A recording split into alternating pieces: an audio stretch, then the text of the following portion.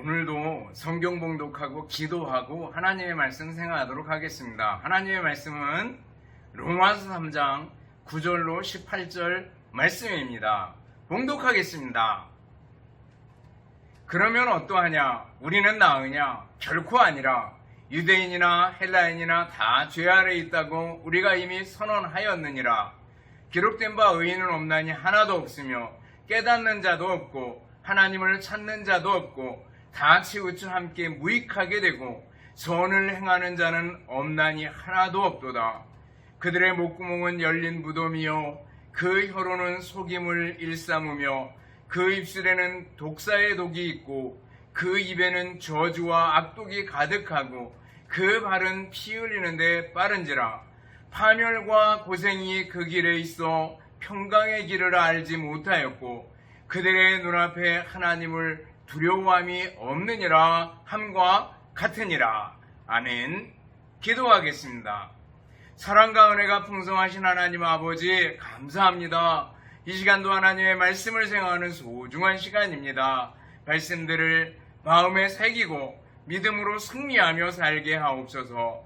예수님 이름으로 기도드리옵나이다. 아멘. 여러분 다시 만나서 반갑습니다. 주님의 이름으로 여러분들을 진심으로 사랑합니다. 또 한 주간 지나오면서 또 한 달을 보내면서 감사하는 우리들이 돼야 될 줄 압니다. 이번 여름은 무척이나 더웠습니다. 기간도 길었습니다. 그렇지만 이제 가을이 오고 아침 저녁으로는 제법 선선한 것을 볼 수가 있습니다. 계절의 변화 속에서 하나님을 느끼고 하나님께 감사하는 우리들이 돼야 될 줄 압니다. 한 선교사님이 계셨습니다. 선교지에서 열심히 일하다가 중환병에 걸렸습니다. 제대로 먹을 수가 없어요. 소화불량인지 굉장히 괴로웠습니다. 가뜩이나 생활비가 와야 되는데 생활비가 제대로 도착하지 않아가지고 할 수 없이 보리죽만 먹으면서 한 달을 살았습니다. 그러다가 한 달이 지난 다음에 서서히 그 병이 낫기 시작해서 완쾌가 되었습니다. 나중에 안식년이 되어서 귀국해가지고 교회에서 설교할 일이 있었습니다. 그리고 설교가 끝나고 나서 예배가 끝나고 나서 한 성도가 찾아옵니다. 목사님, 그때 앓았던 병에 대해서 상세히 설명해 줄 수 있습니까? 저는 의사예요 라고 얘기를 하더라는 거예요. 그래서 그 병에 대해서 자세히 설명해주고 보리죽만 먹으면서 굉장히 힘들었다고 얘기를 했대요. 그랬더니 그 의사 선생님 하는 얘기가 목사님 그때 생활비가 제대로 도착했다면 그래서 보리죽을 먹지 않았다면 목사님은 아마 돌아가셨을 겁니다. 그 병에는요 보리죽이 최고 약입니다 라고 얘기를 하더라는 거예요. 그러면서 선교사님이 깨달았다고 얘기합니다. 정말 하나님의 은혜는 합력하여 선을 이루시는구나 라는 걸 깨달았다고 얘기합니다. 여러분들 우리들이 좀 힘들고 어려운 일 닥치더라도 하나님의 은혜가 지금도 우리와 함께 한다는 사실을 믿고 믿음으로 나아가는 여러분들 될 수 있기를 바라겠습니다. 오늘 본문을 보면 바울사도가 다시 한번 모든 인간은 죄인이다 라는 것을 강조하고 있습니다. 의인은 없나니 하나도 없다 이렇게 얘기를 합니다. 계속해서 인간은 죄인이다 라는 것을 강조하는 이유는 뭡니까? 바로 이 죄인에게 예수님이 필요하다. 예수님이 꼭 필요한 분이다. 우리 인간은 예수님 없이 살 수 없다라는 걸 보여주는 겁니다. 물을 떠난 고기가 잠시 산다 하여도 알잖아요. 예수님 떠난 우리 인생은 살 수가 없다라는 것을 보여주면서 바로 예수님께 소망을 두고 살아야 된다라는 것을 일러주는 겁니다. 오늘 본문 말씀을 보면요. 먼저 인간은 모두가 다 예외 없이 죄 아래에 있다 이렇게 얘기하고 있습니다.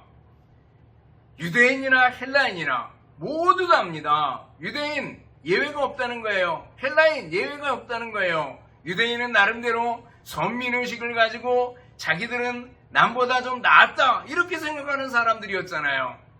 헬라인은 자기들은 좀 지식이 뛰어나고 똑똑하고 많이 배웠다고 생각하는 사람입니다. 상당히 합리적으로 생각한다고 생각하는 사람이었습니다. 똑똑하다고 생각하는 사람들이었는데 그들도 연이나 뭐예요? 죄인이다 라는 거예요. 유대인이나 헬라인이나 다 죄인이다라는 거예요. 의인은 없나니 하나도 없다라는 거예요.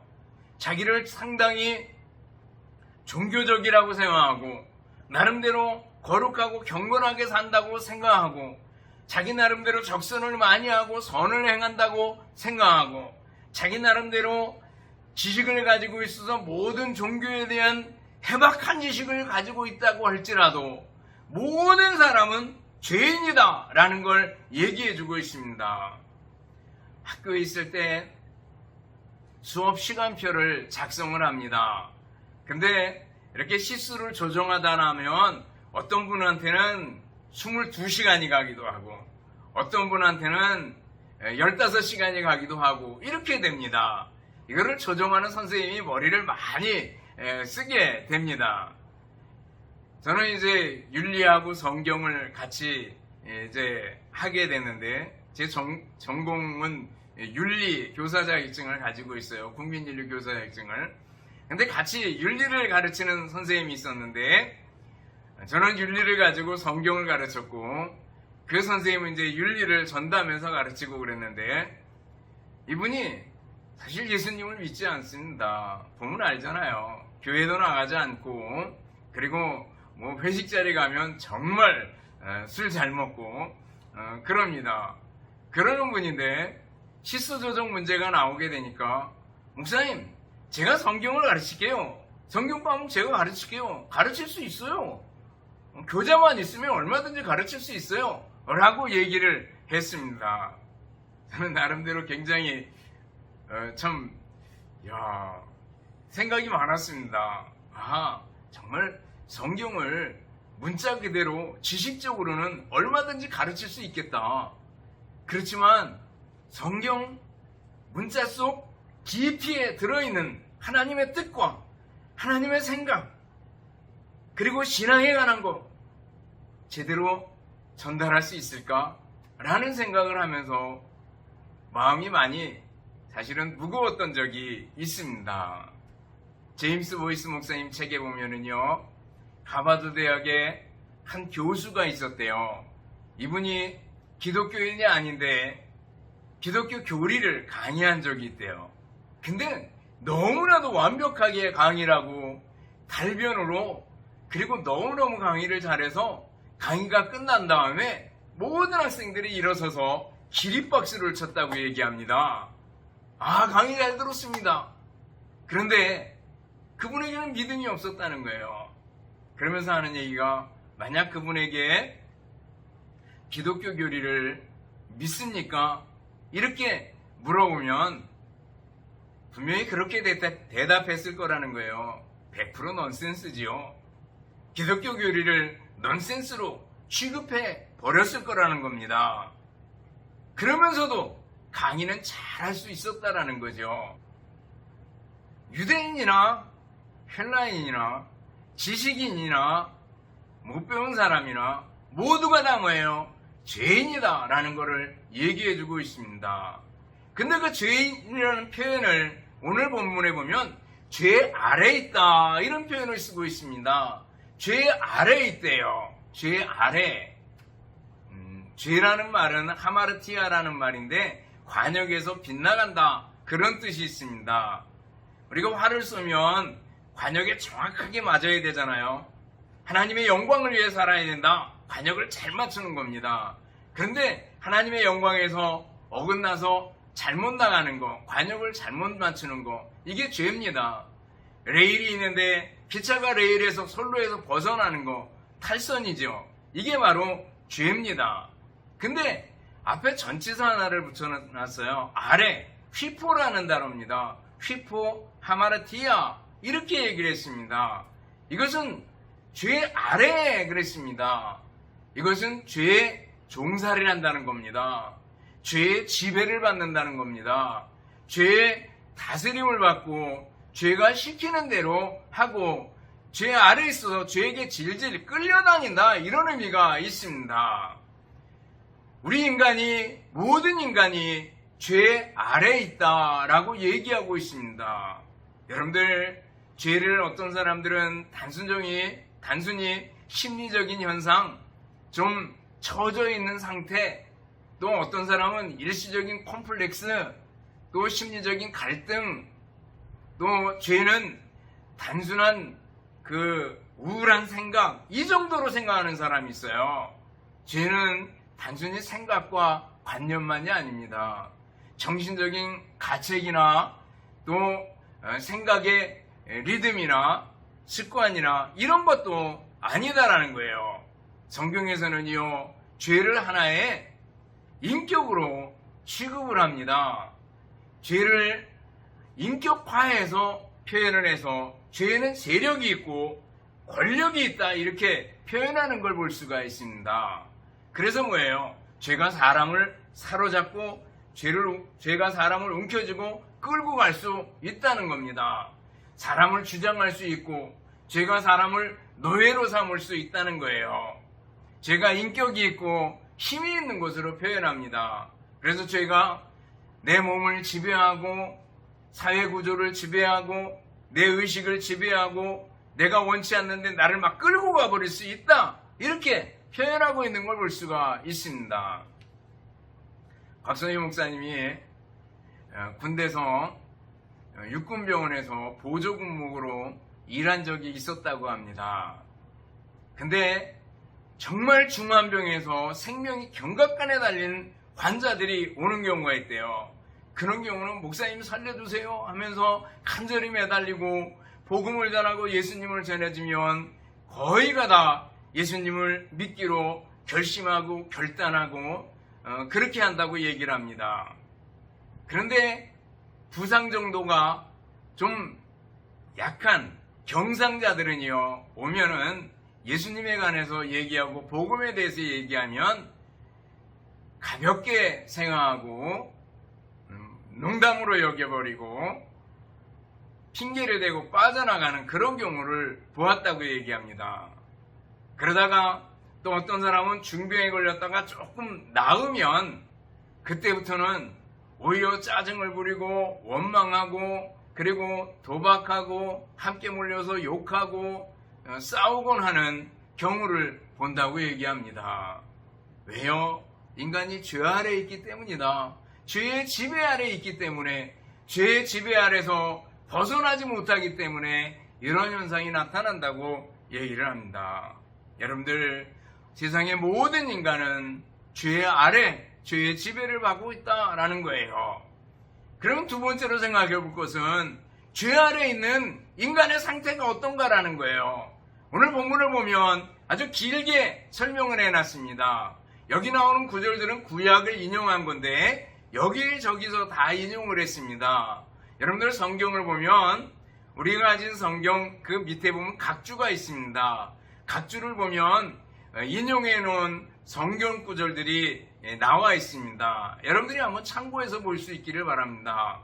바울사도는 나름대로 성경에 해박한 지식을 가지고 있었고 성경에서 이 부분 저 부분을 다 인용할 수가 있었습니다. 그래서 성경을 인용하면서 오늘 말씀을 하고 있습니다.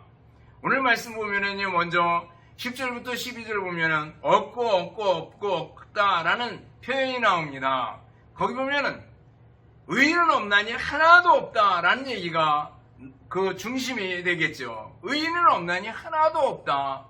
깨닫는 자도 없고 하나님을 찾는 자도 없고 다 치우쳐 함께 무익하게 되고 선을 행하는 자가 없나니 하나도 없도다. 이렇게 말씀하고 있습니다. 의인은 없나니 하나도 없다. 사람들 보기에 선하고 의로운 사람 같아요. 많이 베풀고 친절하고 도덕적이고 적선도 많이 하고 그러는 것 같아요. 그러나 그 이면에 숨겨진 부분에는 불의와 죄악이 숨겨져 가득하다라는 걸 보여줍니다. 예를 들면은요, 여러분 슈바 있죠? 그러면은 어떤 생각이 듭니까? 대단한 위인 중에 위인 아니겠어요? 그렇게 헌신적인 삶을 살 수가 없습니다. 의사고 철학자고 음악가고 신학자고 목사입니다. 또 괴테상이나 노벨 평화상을 받은 분입니다. 그런데 이분의 전기를 쭉 보다 보면 또 다른 전기에 보면 이분이 원주민과 끊임없이 불화와 갈등을 겪었으며 또 치료하는 환자들에게 그때는 매우 냉정하고 또 무시했다고 얘기를 합니다.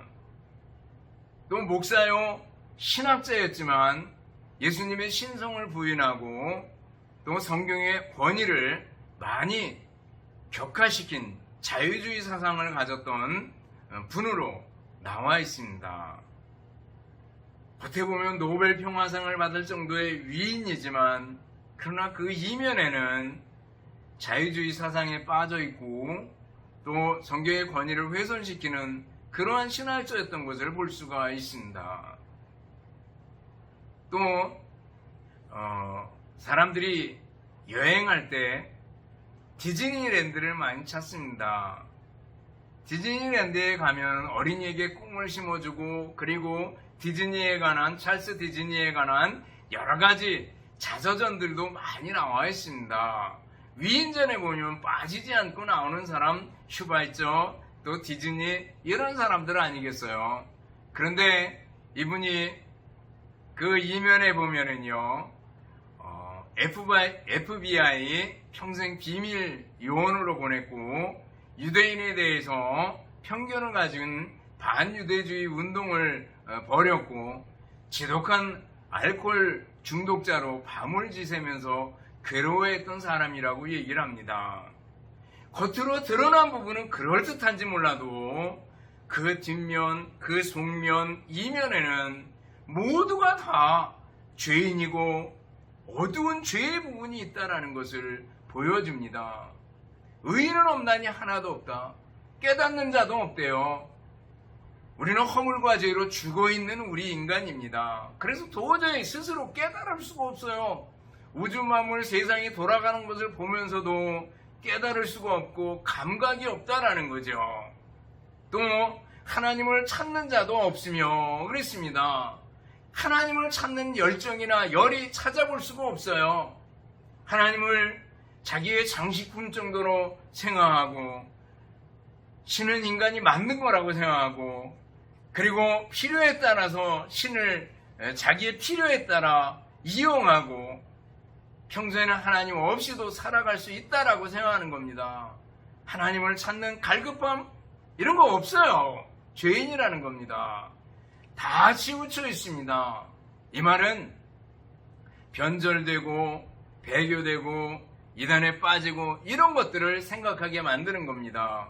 죄에 넘어가서 먹혀버리고 변절을 해버렸다라는 거예요. 박사님 목사님께서 예를 든 거 하나 보면 아프리카에 가면 새를 잡아먹는 뱀이 있대요. 근데 뱀이 기다리면 새들이 나뭇가지에 가서 앉는데 그 새가 뱀을 보면 안 된대요. 뱀하고 눈이 마주치지만 않으면 되는데 이 새가 뱀의 그 조그만 미세한 그 소리 이런 것 때문에 결국은 돌아보게 된다는 겁니다. 돌아보다가 눈이 딱 이렇게 마주치게 되면은 눈이 마주치는 순간에 새는 뱀에게 끌리게 된대요. 그리고 제 발로 뱀에게 걸어가서 결국 뱀에게 잡혀 먹는다는 겁니다. 죄가 그래요. 우리는 죄에 빠지지 말아야지. 죄를 바라보지 않아야 되는데 죄는 그 세력을 가지고 우리와 눈이 마주치면 우리를 끌어들이고 자기의 권역으로 어떨 때는 위협도 하고 어떨 때는 유혹도 하고 그래가지고 삼켜버리는 것이 죄라고 얘기합니다. 다 치우쳐 있다라는 거죠. 또 함께 무익한 자가 되었다라는 거예요. 무익한 자. 여기는 이 말뜻 속에는요. 정말 썩은 달걀 냄새 맡아보셨습니까? 지독하잖아요. 상한 우유 삼켜보셨습니까? 그냥 토해버릴 정도잖아요. 못 먹죠. 버리기도 힘들 정도로 냄새가 나고 무익합니다. 부패하다라는 거예요. 그래서 여기 보면 함께 무익하게 되고 도저히 가까이 올 수 없는 인간의 존재가 되었다. 죄 아래 있는 인간의 모습을 이렇게 표현하고 있어요. 선을 행하는 자가 없도다. 근본이 부패하고 썩었기 때문에 더 이상 선을 행할 수가 없다라는 거예요. 다 죄 아래 있는 인간의 상태입니다. 그리고 두 번째 상태가 13절부터 15절까지 나옵니다. 거기는 말과 입에 관한 부분이에요. 그리고 발에 관한 것으로 나옵니다. 말과 발이에요. 여기 보면 목구멍, 그리고 혀, 입술, 입을 말하고 있습니다. 15절부터 보세요.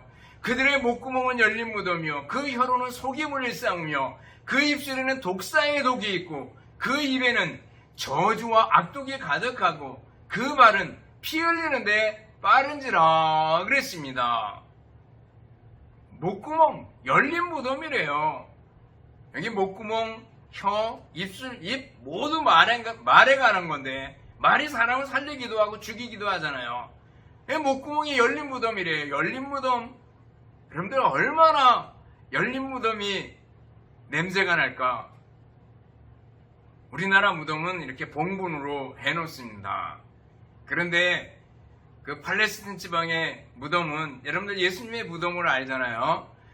돌 무덤에다가 돌로다가 입구를 막아놨습니다. 그런데 그게 제대로 닫혀있지 않고 비스듬히 비껴서 닫혀지거나 열려있다고 생각하면 그 썩은 시체의 냄새가 그대로 다 사람의 코로 들어오게 되는 거죠. 열린 무덤이래요.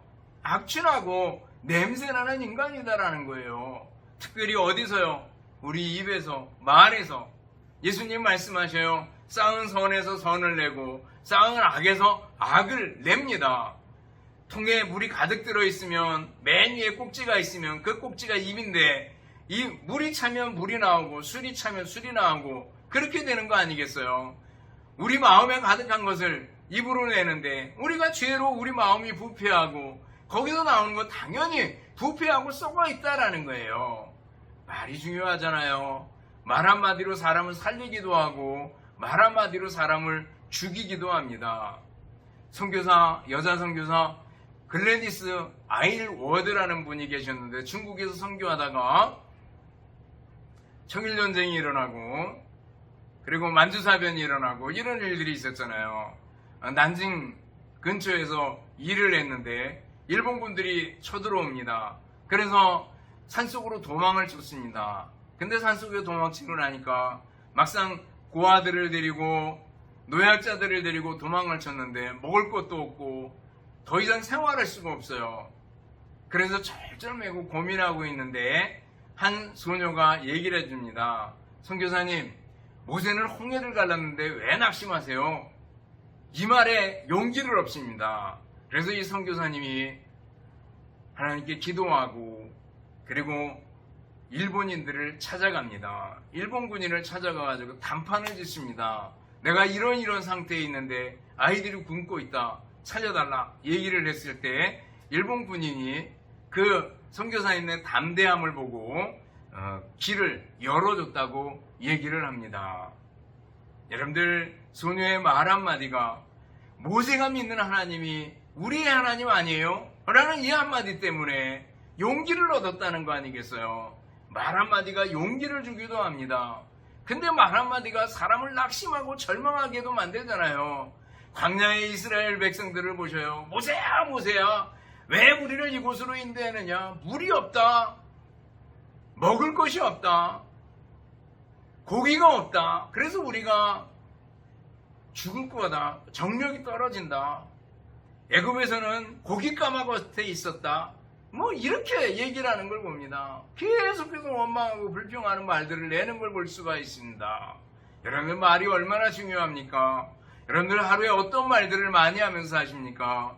일평생 동안 우리가 많은 말을 해왔는데 어떤 말을 많이 해왔는가? 항상 말씀드리지만 덕을 세우는 말들, 유익한 말들, 남을 세워주는 말들, 사랑의 말들, 찬송의 말들을 해야 되는데 정반대로 우리의 말은 욕하고 저주하고 원망하고 불평하고 짜증내고 하는 말들을 얼마나 많이 하고 있는가라는 거예요. 우리 인간이 죄 아래에 있어서 우리 입에서 나오는, 아니 목구멍을 통해서 우리 마음속에서부터 나오는 모든 말들이 부패하다라는 거예요. 그리고 이뿐만 아니라 발도, 여기 발은 행동을 가리킵니다. 15절이죠. 그 발은 피 흘리는데 빠른지라 그랬습니다. 발은 행동이에요. 행동도 피 흘리고 남을 해치는데 빠르다라는 거예요. 여러분들, 영화들이 많이 나오잖아요. 그 영화들을 보면 더 잔인하게 그러면서 그 사람들을 잔혹하게 살해하고 해치고 하는 걸 봅니다. 전쟁터를 보셔요. 지금도 세계 곳곳에 전쟁이 있는데 얼마나 많은 사람들이 잔인하게 죽는지 모릅니다. 여러분들, 사람의 발이 잔인하다라는 거예요. 사람의 행동이 잔인하다라는 거예요. 왜요? 죄 아래에 있기 때문에 그렇습니다. 또 오늘 본문에 보면 죄 아래에 있는 모습을 또 다르게 표현하고 있습니다. 죄 아래에 있는 인간의 상태, 파멸과 고생이 있다, 평강이 없다, 이렇게 얘기하고 있습니다. 파멸과 고생이 그 길에 있어 평강의 길을 알지 못하였고 그랬습니다. 자기 마음의 평강도 없어요. 그리고 다른 사람의 평강도 깨뜨려버려요. 가정과 사회 속에서 증오와 다툼과 반목만 남게 돼요. 국가 간에도 끊임없는 다툼과 전쟁을 일으키는 걸 봅니다.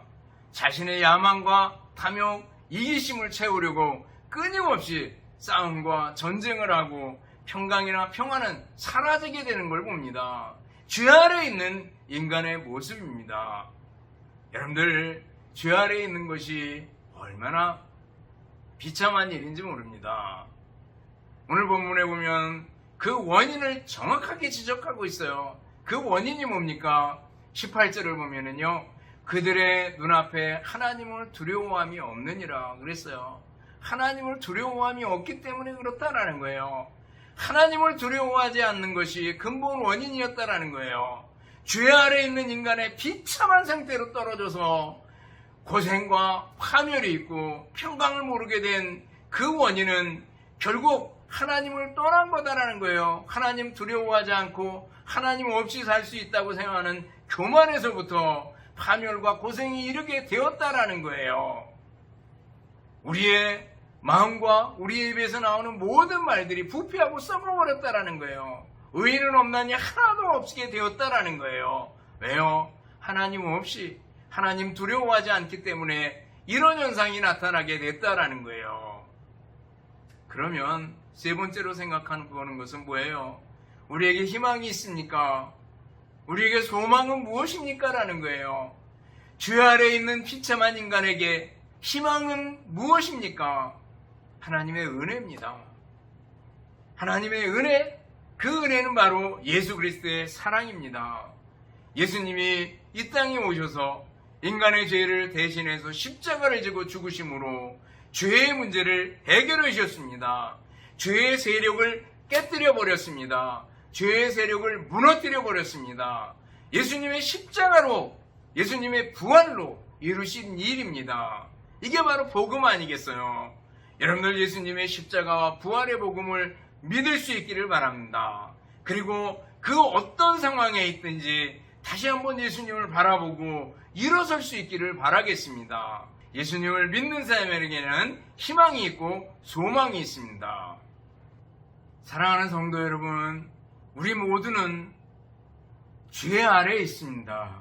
비참한 인간입니다. 그러나 하나님의 은혜로 희망이 주어지고 소망이 주어졌습니다. 바로 예수님입니다. 예수님의 십자가와 부활의 소망이 우리들에게 있습니다. 여러분들, 예수님 믿고 살 수 있기를 바랍니다. 예수님 믿고 믿음으로 승리하며 살 수 있기를 바랍니다. 그래서 하나님께서 주시는 은혜와 평강을 맛보며 승리하며 사는 여러분들이 되시기를 주님의 이름으로 축원합니다. 기도하겠습니다. 사랑과 은혜가 풍성하신 하나님 아버지, 감사합니다. 죄 아래에 있는 비참한 인간인 우리들에게 예수님께서 이 땅에 오셔서 우리의 죄 때문에 십자가를 지시고 죽으시고 다시 사심으로 우리에게 죄로부터의 해방을 주심을 감사를 드립니다. 이 은혜에 감사하며 찬송하며 살아가는 저희들이 되게 하여 주시옵소서. 감사드리오며 예수님 이름으로 기도드리옵나이다. 아멘. 축도하겠습니다. 이제는 우리 주님 예수 그리스도의 은혜와 하나님 아버지의 극진하신 사랑하심과 성령님의 교통하시며 인도하심이 함께 모여 예배드리며 말씀 듣는 우리 모든 성도들 머리머리 위에와 가정들 위에 주님의 몸된 교회와 우리나라 민족 위에 이제로부터 영원토록 함께 있을지어다. 아멘.